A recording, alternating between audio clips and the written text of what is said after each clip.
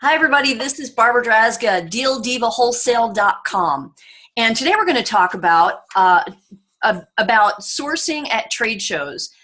There are trade shows throughout the country, indeed throughout the world, in different niche markets. There are large trade shows for online sellers like ASD, for example. That's twice a year, but there are also trade shows all over the world. In fact, in April of 2017, just a couple of months ago, I went to 6 trade shows combined in Hong Kong and in Guangzhou, China. So I've got with me today a guest who's got a background as an Amazon seller and a background of over 17 years in the trade show organization industry, who's going to help us understand how to best maximize our time and resources when we go to a trade show. So Johnny Lederer is our guest today. Hi, Johnny. How you doing today? Good. How are you? Thank you. I'm doing awesome. Thanks, of course. Thank you so much for agreeing to be on this webinar today. We are recording it, so if anybody needs to watch it again or do a replay, I will post a replay up on DealDivaWholesale.com under the videos tab, and you can rewatch this and take notes. So again, this is Johnny Lederer, and Johnny's been an Amazon seller for about 3 years, but he's even more importantly, he's been in the trade show organization industry in different capacities for almost 18 years. So Johnny, go ahead and tell us a little bit about your background from an organization standpoint, a trade show organization standpoint, and then I'm going to have you talk about what the things that people should do before they go to a trade show, during a trade show, and then after a trade show. And hint, guys, stay on this video because Johnny already told me that the most important part of that is the things that you do after a trade show to be able to maximize that trade show as an online seller. So Johnny, tell us a little bit about your background in the trade show organization industry. Okay, perfect. Thank you for having me on. I do appreciate it. So yeah, the company I work for is the largest global trade show organizer. We produce around the world over 200 shows for various different industries.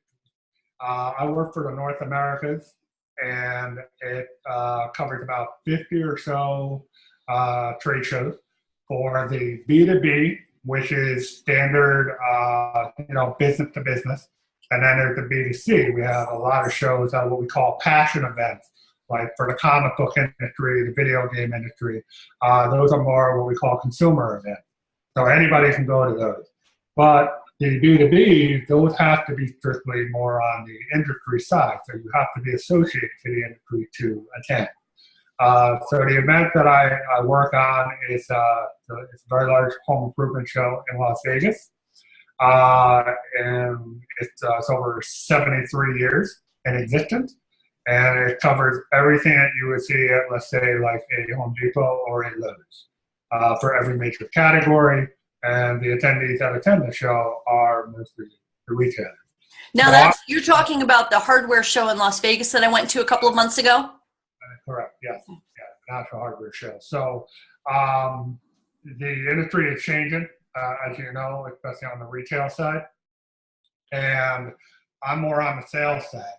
So I'm dealing with all of the manufacturers day in and day out, and they all have certain goals and objectives that they're trying to achieve for their business. And most of them, they want to get into Home Depot or they want to get into Costco. So it's a great way to, I guess, for me anyway, to have really good dialogue, but also to learn about their business and their challenge. Right now, there's just so many things going on in retail. Like today, Amazon is buying Whole Foods, which is, I can't even put into words. It's quite incredible. So right now, that's a major story. And then Walmart is buying Bonobos. I can't pronounce them. They're a clothing retailer. So there's this. For the event that I serve, it catered to retail, and there right now is as you know, a price war going on. And the battle right now is between Amazon and between Walmart. And they just keep, today buying Whole Foods, and then, oh, wait, by the way, we're buying Bonobos. So it's just, it's so it's so crazy to keep up with so many of these changes, but the amount of products that are out there are quite staggering, to be honest with you. So, You know, that's a great quote right there. I just want to pause for a second and pull that out a little bit, guys. What Johnny just said is the amount of products that are out there is staggering. So those of you who say, oh man, wholesale is hard, I can't find any products, I can't find any suppliers, kind of switch your mindset to a much bigger view, because the amount of product that are out there is staggering. Thanks for letting me pull that out, Johnny. I thought that was really worth repeating. no, thank you. Yeah, I mean, Amazon is the platform that everybody loves selling on. It's like you got to play by their rules. If you want to play in their sandbox, we all know that as sellers, or it's just 101. But, Amazon is changing their model and the way they're doing business. And for them to buy Whole Foods it makes you wonder, what's their 5-year plan? So right now, the brick and mortars for us anyway are in constant fear. So I would say more so than ever, Amazon sellers, I think, in the retail aspect, have tremendous opportunity, because manufacturers' biggest concern right now is, how do I keep my product relevant? What do I do to maintain growth? And some of them are so fixated on, no, I do not want to deal with a third-party seller, which is fine. I just want to get my product on the shelf of Home Depot or Costco. And that's fine, but what happens if Costco or Home Depot drop? Then what do you do? Or gets bought by Amazon. Correct. It's not out of the realm of possibility after what they did today. Yeah, and then this week alone, I mean, everybody is freaking out about Nike, because Nike right now is becoming restricted. So, I've heard a lot of, quality sellers that I'm connected with that have always said, don't throw your eggs in one basket. Diversify yourself. Figure out a way to expand your business. Think big picture. Don't stay on the same course. And I know you have said that many times. And that's the same thing it is for retail. And a lot of them don't understand that. They don't understand. You can't just rely on ACE and True Value. You really have to start thinking broader picture. So to tie that into an Amazon seller's standpoint, I think that makes even more opportunities, maybe for the old school manufacturers who, no, we don't sell online. We only sell to Ace and Home Depot.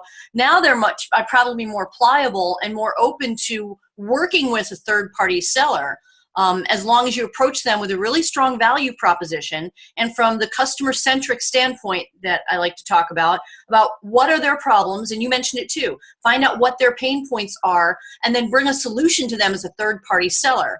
And trade shows are a great way to meet these smaller to mid-sized manufacturers. I agree with that, 100%. Everybody is trying to get their dent in the industry. For my event, we have over 2,800 exhibitors, which is insane. And we have over 700 first-time vendors. Now, I can't speak on ASD as far as how many they have, but I do know ASD is a very large event. It's a respectable show. They take up the entire Las Vegas Convention Center. All of the South Hall, the North Hall, and the Central Hall. And their plethora of products and categories is amazing. I went to it last year, and I got to tell you, I was very impressed. And I'm not going to lie, I've been to a ton of trade shows, and there's some which I would say I'll never come back again. It's all about not only, how we keep saying it's all about the in-store experience. Well, the trade shows are the same way. It's all about the experience and how you feel, was it worth your time? And that's where I guess we'll talk more later about the post-show evaluation side. But yeah, everybody is trying to make their mark in the industry in some way. Because, for example, for me, there's a lot of coolers out there, like Igloo and Yeti. And if you ask any normal person out there, like a school teacher, hey, can you name a few coolers for me? And they'll probably say, oh yeah, there's Yeti and there's Igloo. But that is a small fraction of the number of manufacturers that are out there. The number of coolers that are out there, I don't have the number in front of me, it's probably around 60 companies. And a lot of them people have never even heard of. So that's the one great thing about for me is that I get an opportunity to come across products that honestly I never heard of it until I started having a conversation with them. And it's all about building, for me right now, it's all about building that trust and that side of the relationship, because I've already, told them where I want to go from this point forward and take my third party selling to a different level. Well, let's talk about how to begin that process before you even sign up and go to a trade show. Yeah. What do you do? You've chosen a trade show. Let's just take ASD as an example because it's coming up soon in a couple of months. I some people are thinking about whether or not to go. So what do you need to consider before you even attend a trade show?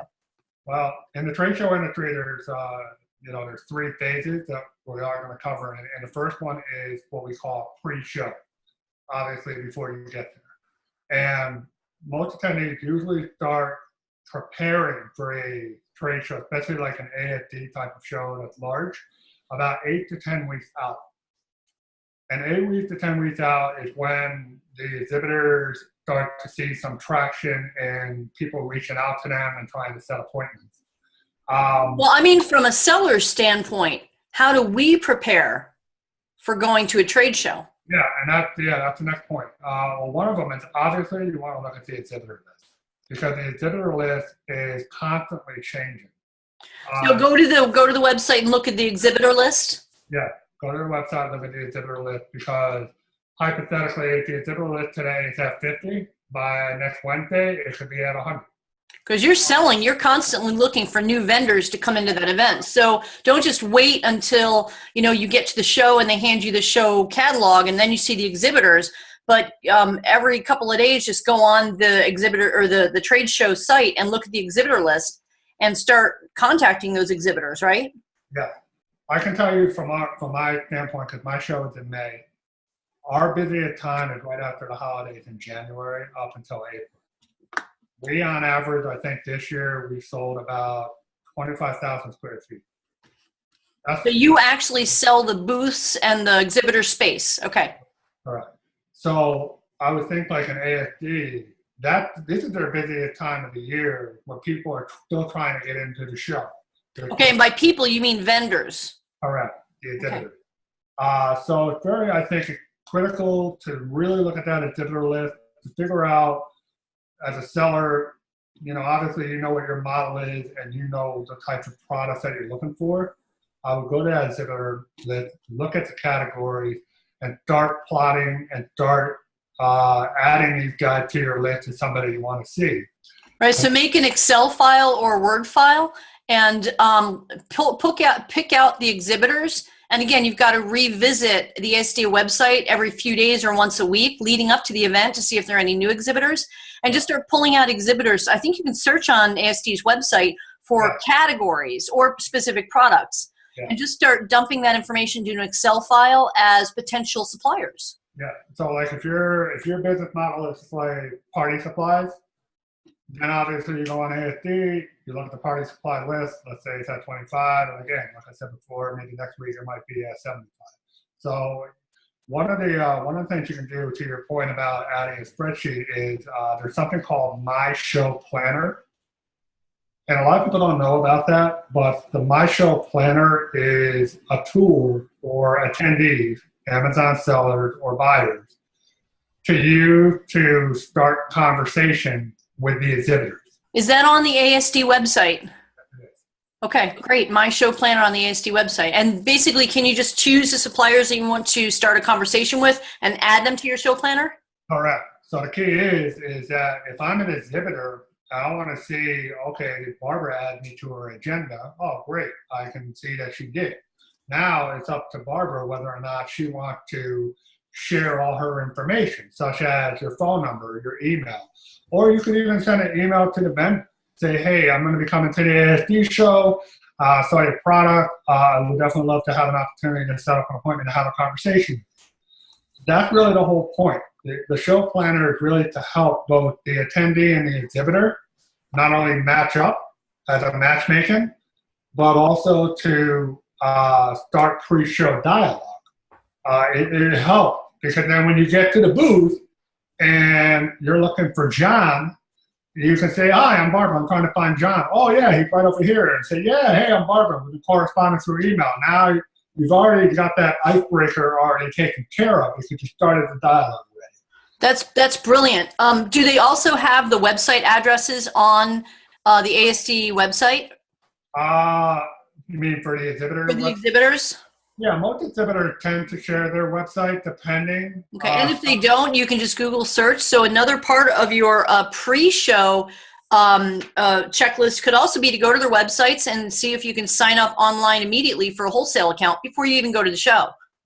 Correct. Yeah, a lot of them tend to share their website because, as you know, the website is your welcome mat to your business. I've seen a lot of websites in my years, and some of them, even today, still scratch my head. I mean, like if I'm looking to contact somebody, and you go to the contact tab, and all I have is a bunch of fields. If I'm a buyer for, let's say, Walmart, I can't take you serious because the buyers on the retail side, they're not going to sit around and wait for somebody to respond. Got it. Now, you can use that as you will. For me, I want to make sure that if I'm an Amazon seller, I have contact information right there on the website for me to reach out to. But yeah, and then the other key thing that they tend to have is what we call a mobile app, and most of the larger shows have the mobile app, which is kind of like your directory on your tablet or your phone. And a lot of people don't know about that.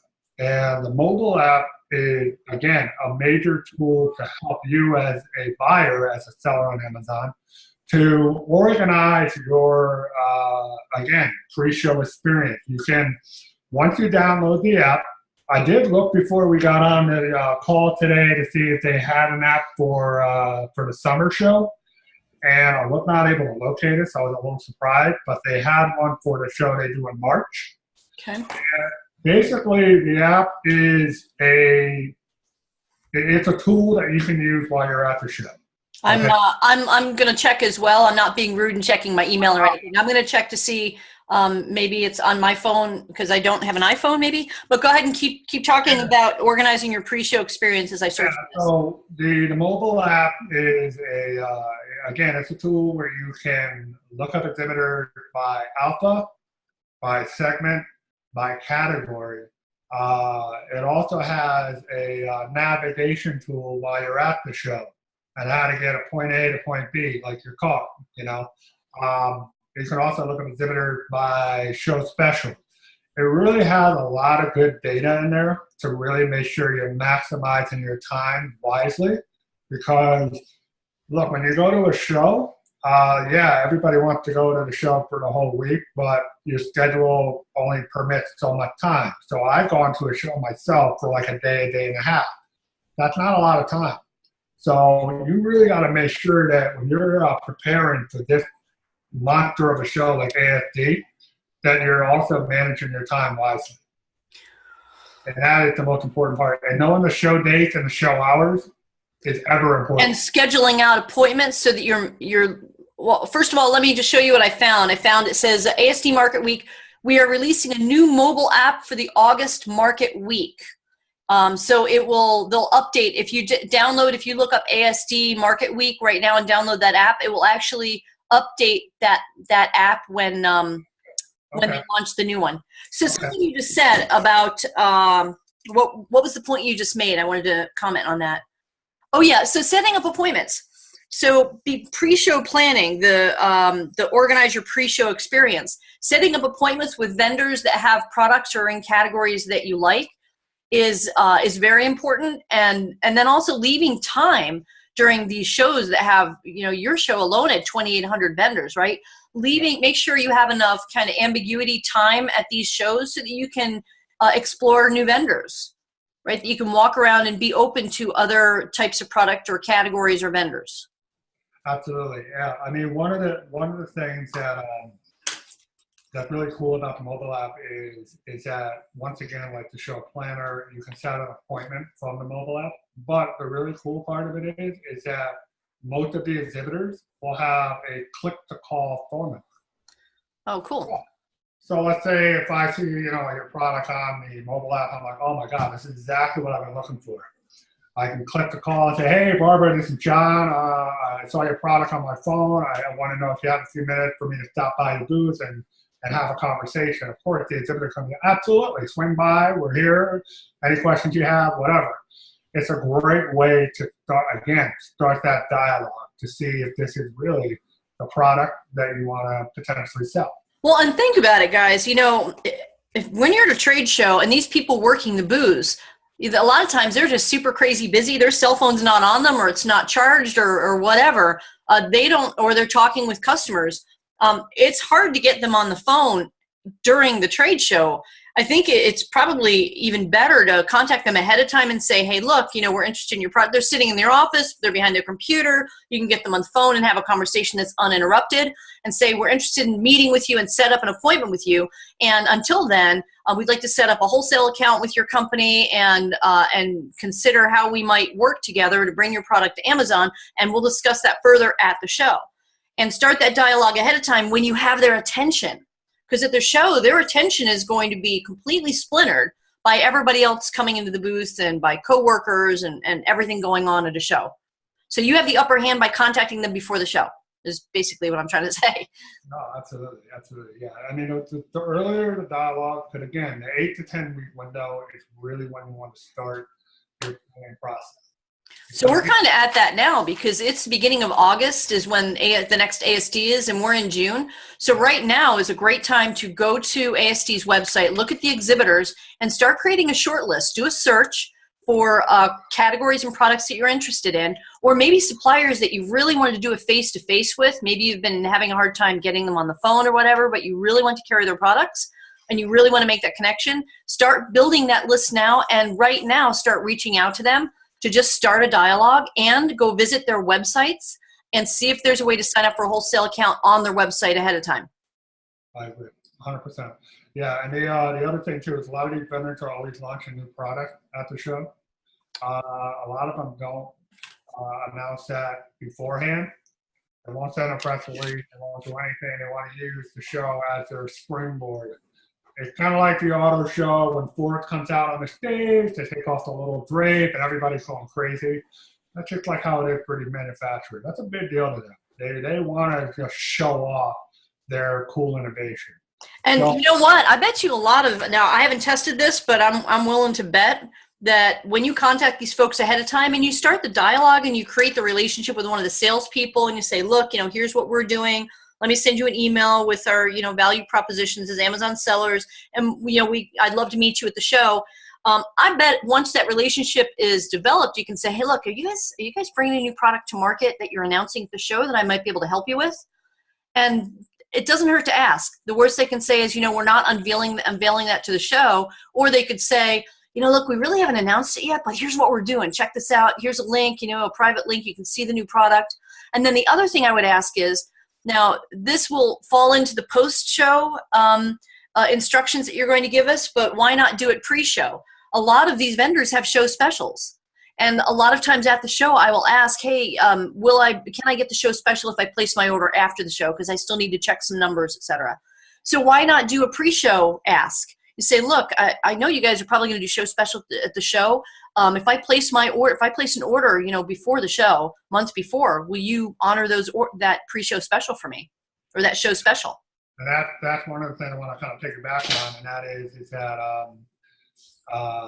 the exhibitors on the mobile app, they will have a button or a tab on the mobile app that will say show special, and a lot of the exhibitors will have on there, you know, what their show specials are going to be. And again, it's great content to get ahead of time because they want to do whatever they can to hook you in and get you inside their booth and really get you to buy. I mean, that's why they're there. They want to make sure that you're doing business. But the other thing too is when you're going on their website, I would also look at their social media pages. Because sometimes they may share information about their products. Sometimes they may do like a sneak peek or whatever it may be. But if it's a company that you're really interested in or you really have a lot of passion for or whatever it may be that you really want to do business with, you know, if you're doing Twitter, follow them. If you're doing Facebook, like their page. Instagram, same thing. Pinterest. And So I would actually do a caveat to that, because a lot of us Amazon sellers are on the same Amazon selling groups with a lot of other sellers in there. I would actually not like a supplier's page from my personal Facebook page, right? I might do it's for my husband's or my sister's or whatever, but I wouldn't have my suppliers. I don't follow my suppliers on my personal page at all, because a lot of thousands of other Amazon sellers know who I am and have access to see what groups and what pages I've liked. So I don't want to make that public knowledge for any other, buyer to. So I appreciate you saying that, but let's do it a little bit differently. So you're protecting your company information from your potential competitors. Yeah, and that's fine. I mean, but at the end of the day, it's always a good idea maybe to just go on their pages. Sure. What they're doing and what they may have planned. Because again, that's their way of feeding information. And a lot of times people don't think about going onto their pages. That's just the reality, because they sometimes think that not everybody's engaged with social media. Because most of my attendees, they're not engaged with social media. I mean, they have their own social media, I guess you could say, group in their offices. Most of these buyers are not on Twitter or Facebook or whatever it is. It's not at the top of their list, and they don't have time for it. But yeah, those are really some of the key things to start looking at and start planning on when you're getting ready to go to the show. It's the website, the show planner, and the mobile app.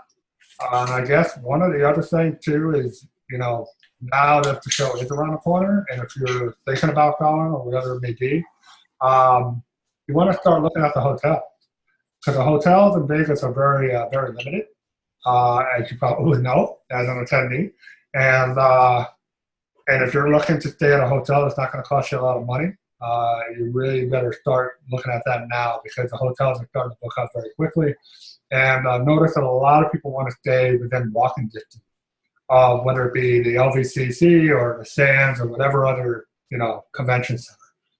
So go to the show's website again, and they usually have a hotel tab, and take a look at what hotels they have, and they'll usually have a map as far as how close it is, from the hotel to the convention center. Yeah, the farther out that you get a hotel, I mean, if you wait until 3 days before, those hotel prices are going to be higher. Well, they're going to be higher, but then the cabs are going to kill you. The cabs. Well, and even if you can even get a hotel, I'm talking about the hotels right around the vicinity, especially. Right around the vicinity, those sell out a lot faster. So that's good advice. Get your hotel as soon as possible. Well, the Westgate is always a very popular hotel. Yeah, that's where I'm staying. Yeah, that's connected to the convention center. Believe it or not, a lot of people don't stay there for whatever reason. I don't know if because it's older or it's off the strip. Well, what I noticed is that the Westgate doesn't have great reviews when you go to, but I like the hotel. It's like $75 a night, which is crazy, insane cheap. Maybe it's the perceived value, but my room has always been comfortable and quiet, so I don't have any issue with it at all. At the end of the day, you're going to the hotel to sleep, take a shower, and leave. Yeah, that's it. Oh, and they have a couple restaurants in there that are stellar. So don't let those reviews for the Westgate throw you off. No. I like the Westgate.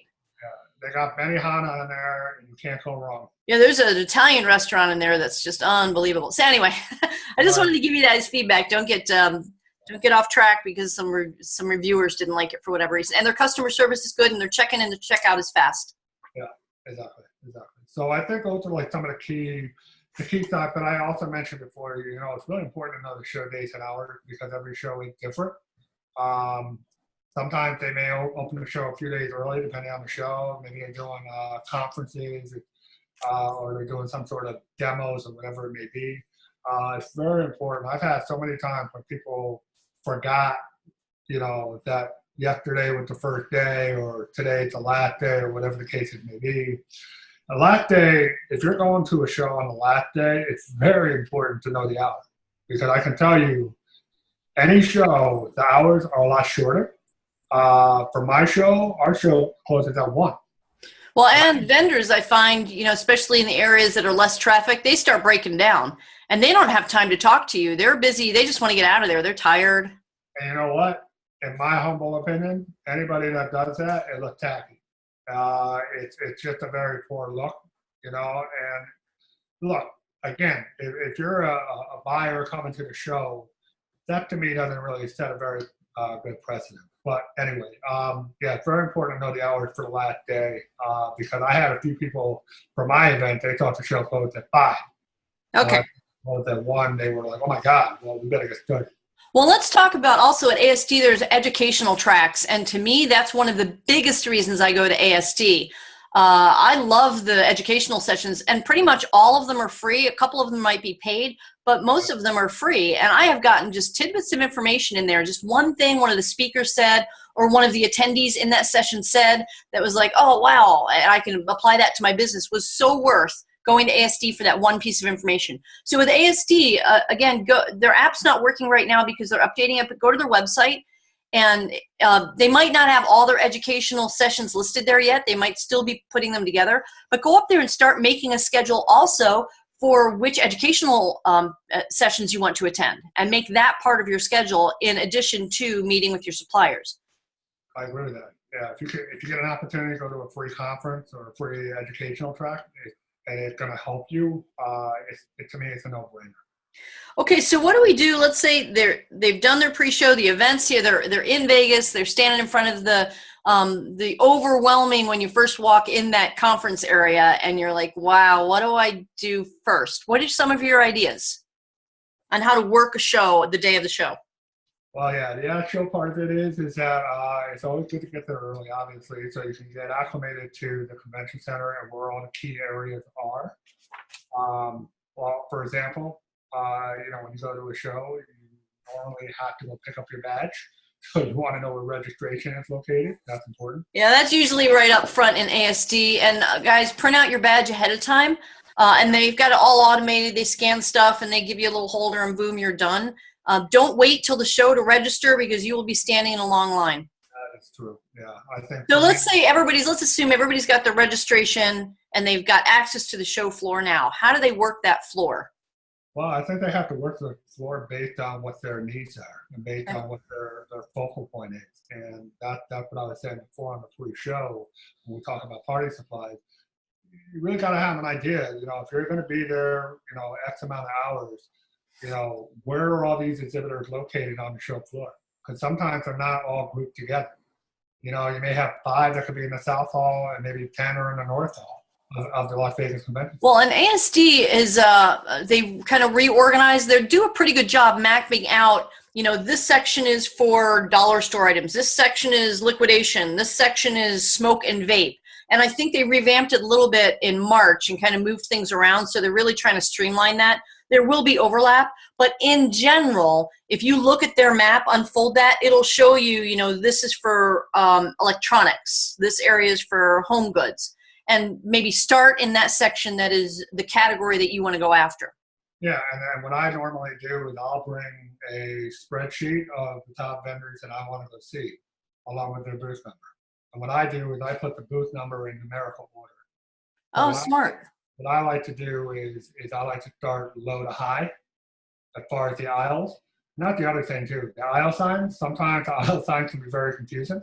Yes.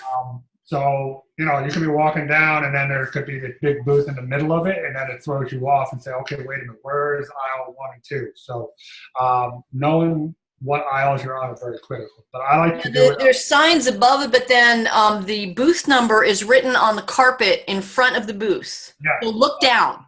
Don't just look up.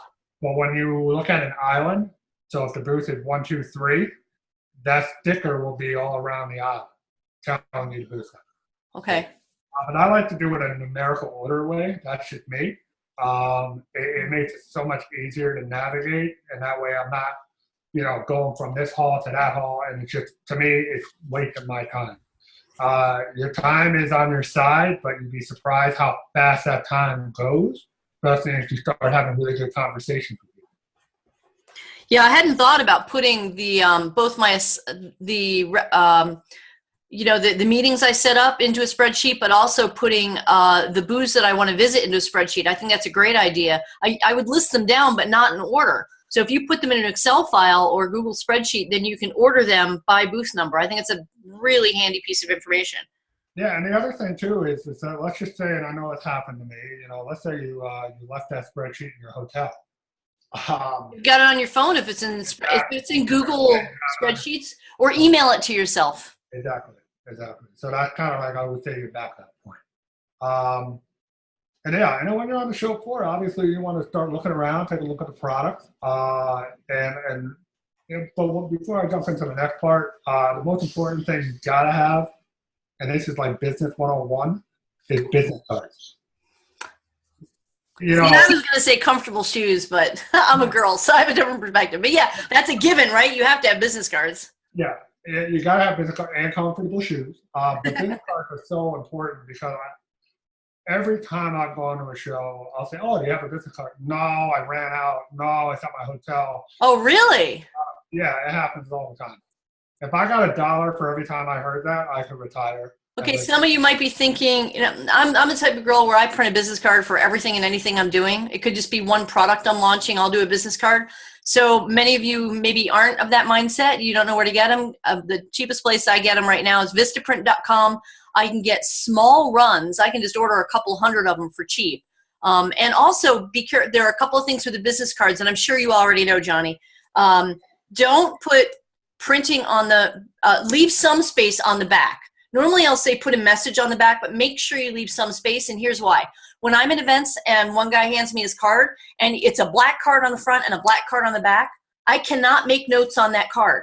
It drives me nuts. The way that helps me organize for after shows, being able to write my thoughts on the back of their card so I can quickly see what kind of jog my memory of that conversation. So when you print cards, print it from the standpoint of, yes, make them beautiful, but make them useful to you and the person you're giving them to.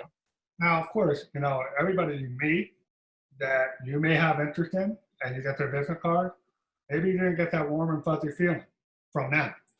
And then you say to yourself, you had a respectful conversation with the person. So what I do is I do a temperature numeric on the back. So I'll put either hot or cold. Interesting. If it's cold and I say, you know what, I'm not going to waste my time with this guy, then I just move on and I focus on the guys that I know that I'm going to develop a good relationship.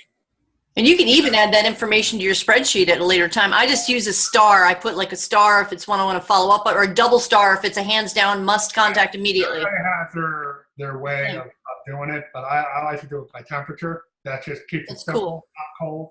That's it. Well, and then put that in the spreadsheet, because next time you go to ASD, you could completely forget that you had a conversation with the one that you didn't like. But if in your spreadsheet, you won't waste time at that supplier again because you know that it was one that wasn't a good one for you. Yeah, and also I will tell you this, and you probably can attest to this. More and more exhibitors are investing in their displays of their space, and they're really making them look like, wow, that's a beautiful booth. Right. They take a lot of pride in their booth space. It's kind of like their house. They want to give that first impression, last impression. Absolutely. But let's be honest, not all of those booths are going to be that impactful. Some are going to look pretty shabby, if you will. And to me, when I see something like that, that's not a guy that I want to have a conversation with, because that's not giving me a good impression that that's the type of person that they want to do business with. Now, again, I'm just judging the book by its cover. But usually if somebody just throws up a banner and they throw some samples on the table, I don't know if that's somebody you really want to have a conversation with. Now, I'm just going to play devil's advocate for a second. I recognize your point. That might be a booth I would go to have a conversation at least, because it could be they're really, really good at designing their product and stink at marketing. So that could be a potential opportunity for me. And even more so to hear that, other sellers walk right by them because their booth is unimpressive. Yeah. It's the judging the book by the cover thing. I would actually have a conversation with that person, because I know other sellers are walking right by because of that first impression. So to me, that's less competition for that particular supplier who could have an amazing product that let's say he's an inventor. What is the image that you have in your head when you hear the word inventor? Scraggly hair and wrinkled clothes, but he's got an amazing products that they invent, but they suck at presenting themselves and marketing. But their product, I could potentially have an exclusives on that product and bring it to Amazon and help them. So I just wanted to give both perspectives. No, that's a fair point. And then what you do is like you said, have that conversation, get their card. If they don't have it, write it on a piece of paper. And then when you get time, when you go back to your hotel, or whatever, Exactly. look at their website and just investigate. And then Exactly. you can make your educational decision whether or not it's a good move or a bad move. Exactly. But yeah, those are just kind of a few things. But how about starting at the back? Let's say you've had your appointments, you've gone to the booths that you wanted to, you've met with the people you wanted to, and now you've got some free time to kind of wander. One of the tactics I like to use, instead of starting at the front of whatever hall I've walked into like everybody else, I'll start at the back or right smack in the middle. I'll just walk to the middle down some aisle and make that my starting point and then move backwards, because I don't want to be in the same flow that every other seller is in. Of course, yeah. And that's usually what happens. Everybody starts in the front of the show, and then they work their way to the back. That's right. Exhibitors are so pessimistic when it comes to booth location. They are nervous if they go in the back, they're going to get missed, people aren't going to see them. But again, it's up to them to market to you as a buyer to get them to see it. But I will tell you, there are several what I would call trade show pet peeves to just kind of keep an eye open for. Tell me. Well, like for example, the body language. If an exhibitor is sitting in the booth and he or she looks like that they're just not happy to be there, you got to use your your judgment. Now, I've come across that myself, where I was stopping by a booth, saying hello, and I asked him, I said, "Is everything okay?" And his response was, he thought, "No, everything's fine. It's just, I think this is a complete waste of my time being here." I said, "Why do you say that?" I said, "Why do you say that?" He said, "Well, I think I could be much more effective being, on the road and getting in front." I'm like, but you're at a trade show and you're seeing a large number of potential buyers that can help your business, where you're not having to get in the car and driving around. He's like, "Yeah, but I still think it's a waste of my time." Huh. So, you got to use your own assessment on that. And that's I actually had, if I could interject, I actually had an unusual happenstance in the last ASD. It was a booth that had great product that I really wanted to carry, and it was a big booth. It was a couple of different sections. And I walked up and I picked up, they had their products out there in like the boxes that they sell to. They sell to retail stores, so they had their display boxes out with the product in it. And I went and I picked up one of the products from the box, and this woman beelines over like she wanted to take my head off and said, "We don't allow people to take those products."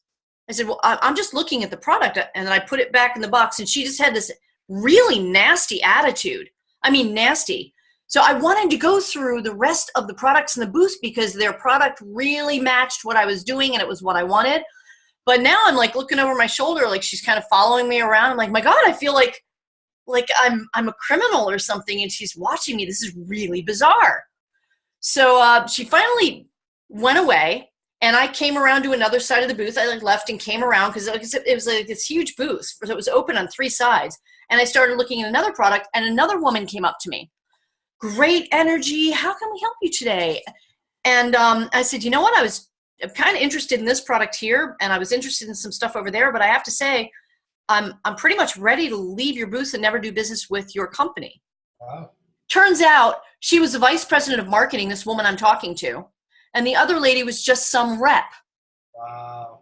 So this vice president of marketing, oh my gosh, and I regaled her the story. Meanwhile, this other woman is looking at me now, talking to this vice president of marketing, and she's glaring at us. And I said, just look at what's going on right here. This is just bizarre. And she says, "We've had problems with her in the past." And I said, "Well, look, you almost lost a customer." I ended up having a great conversation, great relationship. I just sent them shipping labels for yet another order for multiple products this morning. They mail my products directly into Amazon. They will put my label on their products for me. They will add a third-party product to their product with my label on it. It turned out to be one of the absolute best suppliers I ever had. And that just happened in March. Even had met them at the restaurant and had this great dinner together with her and her husband who's with the company. And it turned out to be this amazing supplier, because I wasn't scared off by that one bad apple, who was, by the way, asked never to come work the booth again because of that experience.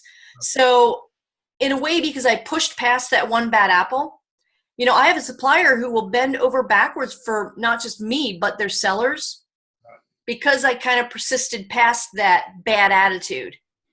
And that's a great example. It's all about, a lot of times we get so caught up with our own agenda, we forget that it's all about customer service. Because you're a buyer, you could be a potential customer, and to get treated like that, that to me blows my mind. Well, not only that, but if I had not had the second conversation and that woman had not been who she was, and I had just left the booth without trying because that person had a bad attitude, do you know that I would have used, my Facebook group as a platform to say, never buy from this company and here's why? So the fact that here's, I guess my point I'm trying to make is, when you do come up to a booth that you've got a product you really want, it looks interesting, and the person manning the booth is got a really bad attitude, don't allow yourself to walk away without just trying one more time, because there could be something else going on there. Yeah. Well, it's obviously that the person who was rude to you. Oh, God. But not what we call in our world a decision maker. Oh, no, not even a little bit. You talk to the right person who's the decision maker, and that's really one of the key things when you're dealing with an event of any kind. I don't care what show it is. When you deal with a big booth like that and you're having conversation, you want to talk to somebody that can make a decision. I actually asked her too, and now that I'm thinking back at the conversation, she wouldn't even give me a catalog. Oh, no, we don't give out catalogs. I'm like, what? Well, can I look at it? No, we don't let people look at our catalogs. It was a bizarre conversation. It was honestly, if that were me, I said, well, let me get this straight. I can't touch the product. I can't go in a catalog. Why are you exhibiting at the show? Well, I didn't ask the why. What I did with the question I asked was, is there somebody else I can talk to? Who's actually in charge here? Well, she's busy right now and she's not at the booth. So of course not, right? So I walked away, came around the other end of the booth, and because it was, like I said, it was big. It took up like 3 or 4 spots. I came in and looked at a different product and was nowhere near her, and somebody else came up to serve my needs, and it just happened to be someone who had decision-making power. And that's what it's about. I mean, you want to talk to the right person that's going to help you. It's kind of like when you're going to buy a car. And every time you deal with a sales rep and do a deal, all right, let me go talk to my manager. I'll be right back. I want to talk to the manager. Put me in the face with the manager so I can work deals without you being the middleman. Your time is valuable, and you want to make sure that you're going to deal with somebody that can make it happen for you. And don't be scared off. No. Don't be scared off. If somebody treats you like that and tries to intimidate you, that's all about them. There's something going on with them. You have a responsibility as a business owner to say, okay, thank you very much, and find the right person if you really want to carry that product. And I'm telling you, this supplier is going to be one of my best suppliers. There you go. And that's great. I mean, it's just another example of just talking to somebody else, because you never know when you might uncover. And but I'll tell you though, that's one of them. And the other one is, when you go to a booth and people are talking or texting on their cell phone and they're by themselves and they're not even looking at you. And you have to ask. Yeah, ask. Oh, hang on a second. Let me finish this. No. And that's when you go, I'm moving on. And I'm going to tell you something from my event, because these are high-level retailers that are coming. We're talking senior vice president. Wow. That's intolerable. Yep. We don't treat our customers that way when they come to our store. I don't expect to get treated that way. So if people, look, I understand things come up. If you have like a family emergency, that's a different ballgame. But if you're just chatting with your buddy or whatever, and you're not focusing on the potential business that should be coming your way, shame on you. And that's another, you know what? I like your product, but guess what? I'm gonna go find somebody else who has a product. Or I'm gonna find a way to manufacture a version of that product that's even better. Yeah. Right? So they're losing. So again, this comes back to what I talk about a lot, is customer-centric, research customer-centric mindset. So if you have a customer-centric mindset, if you're a vendor, you're going to be greeting everybody with a smile and a handshake. Even if you're busy, say, I'll be with you in just a second. Your business is important to me. Or can we make an appointment for later today? Those are great suppliers to have, because they're willing to work with you as you have your relationship unfold. So what else can we do when we're at an event to maximize our time there? Well, I think that, one of the other key things you want to kind of take a look around is find out about the networking events that are going on. Usually, They may have some luncheon depending on the show, but they always have a post-show, end-of-show type of networking event, whether it could be cocktails or Right. parties and so forth. Those are free to go to. And a lot of the suppliers actually host their own, don't they? Yeah, and you know what? Going to those can be extremely beneficial, but you know what? A lot of people go to those because nobody wants to wait in the cab lines. And the cab line, especially in Vegas, are massive. I hadn't thought about that. Oh, forget it. Yeah, it'll take a long time to get a cab. So, but again, those are really good things to entertain yourself with. Yeah, and not just entertain, but the people that you can meet at these events, you just have conversations. You get ideas for other business models. Absolutely. And other business opportunities. And hey, what are you involved in? What are your projects? And you can cross-pollinate a lot of other ideas into your business just by meeting other people who have a different approach to business and products that you do. You may meet another buyer who maybe you guys have a great rapport, and then now there's an opportunity for you guys to do business with each other. Or you can co-op your orders of the same product and get better pricing, whatever. Yeah. All right. So great idea. Networking events are very key. To look for those, a lot of times they'll have it. Sometimes they may have it on a mobile app, but there's a lot of on-site signage. And if you can't find it, then just find somebody that's with that event and just say, is there any networking thing going on tonight? And then they'll tell you where they may be. And sometimes the exhibitors, if you're talking to them, usually the bigger ones with the bigger booths, they tend to have some type of, wine and cheese. Right, or even just, when you're sitting at lunch, and a lot of those tables at the restaurants in the convention center are these long tables, and you start talking to people over lunch, you just ask them, hey, you know any parties going on? Exactly. Look, they're there for the same reason you're there. Everybody's got a starting point. I can understand, though, like if somebody's never been to a show or a major national/international show that's large, it can be very intimidating. Yeah. Because it's like, okay, it's kind of like when you go to Disney World for the first time. Okay, where do you start? What's your starting point? And that's really what it is. You have a window of time to hit 4 different parks. How do you do it where you get the most out of your time? And that's really what the trade show is about. It's about making sure that you're utilizing your time wisely, because you don't want to leave and say, oh, I should have went to this guy, or I forgot to go talk to that guy. That's very, very important. And also, maybe do a buddy system. Take a business partner or a friend or something with you so that you have someone to bounce ideas off of and just kind of, brainstorm with and, just kind of help you as you're working the show. Yeah. So let's talk about post-show. I know there's so much more that we could cover with pre-show and at the show, but we want to kind of give some specific tips for each phase within this hour time period. So let's move on to what do you do post-show to make sure that all this time and energy and money you invested in going to a show was actually worthwhile. Yeah. So obviously, when you go to the show, you're going to get a lot of business cards and a lot of leads, if you will. I will give you a trade show fact, if I can. Okay. And this is on the exhibitor side. 85% of the leads that are generated at a trade show are not followed up with. 85%. Yes. Wow. And when I hear that, and I'm a salesperson, so when I hear that, that just doesn't make any sense to me. That's like leaving money on the table. So, wow. Now, there could be a variety of reasons why that is. Maybe the salespeople are just lazy. They don't want to be bothered. They probably think it's just simply a waste of their time. Well, they were overwhelmed because they've just done 4 back-to-back trade shows. It could be a variety of different reasons. So, it's one of those things. You as a buyer or as an attendee that wants to do business with that company, now you need to be proactive. Okay? Send an email to them. Say, hey, Barbara, I met you at ASD. It was a great meeting with you. And then just start that conversation from there and send a friendly email just as a refresher right after the show. That's what I always do.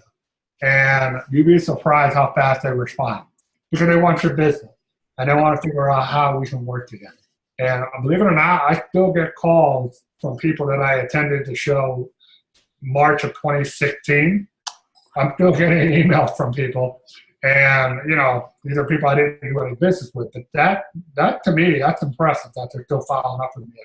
Okay, so send an email as a follow-up, maybe a phone call. And one of the things I ask at the show and after, and now I'm going to ask it before, is will you honor your show specials after the show, for how long, etc., so you have time to really do a little bit more research? Yeah, it doesn't hurt to ask that question. They could easily say no, but if you don't ask, you're not going to know the answer. If it's right after the show, sometimes they'll make that, Yeah, they give you like a week wiggle room or whatever. Usually depends on the vendor, really. Yeah. Uh, Again, if it's no, then you just try to figure out a negotiation standpoint. Yeah. And then, getting back to, what I was talking about with the spreadsheet, now, after you went to the show, now it's time to update that spreadsheet and really focus on the ones that you're interested in, the ones that I call hot. That way it's at your fingertips. And what I do is I'll put, all the key data that I need: company name, address, email, website, who you spoke to, and then just, make sure you keep the business card with all the other key data and put that into the spreadsheet. And I organize business cards. This is real low tech, but I just use an envelope for every event I go to. I'll have an envelope with the name of the event on it and the date that I went, and I put the business cards in there, and then I file them. Yeah, and then to kind of spin it back a little bit to the ad show and post show, when you're at that event, make sure you get a printed directory. A printed directory. The printed directory, any other publication that's associated with the show. Most buyers tend to hold on to the directory for about a year, and they use that as their catalog, as their resource. So let's suppose you lost a business card for somebody who really wanted to do business with. You can go back to the spreadsheet. You can use that, but you can also use your show directory as another resource.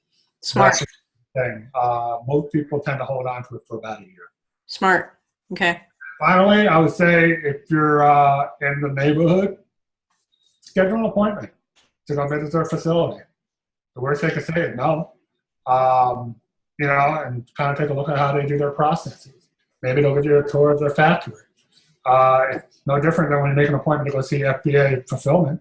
So that's a great idea. I never thought about. And what if you have suppliers that are kind of like all around Houston? You have 3 or 4 of them in that area. Make appointments with all of them, so that one flight into Houston, for example, you can hit a bunch of. That's a great idea. I hadn't thought about that.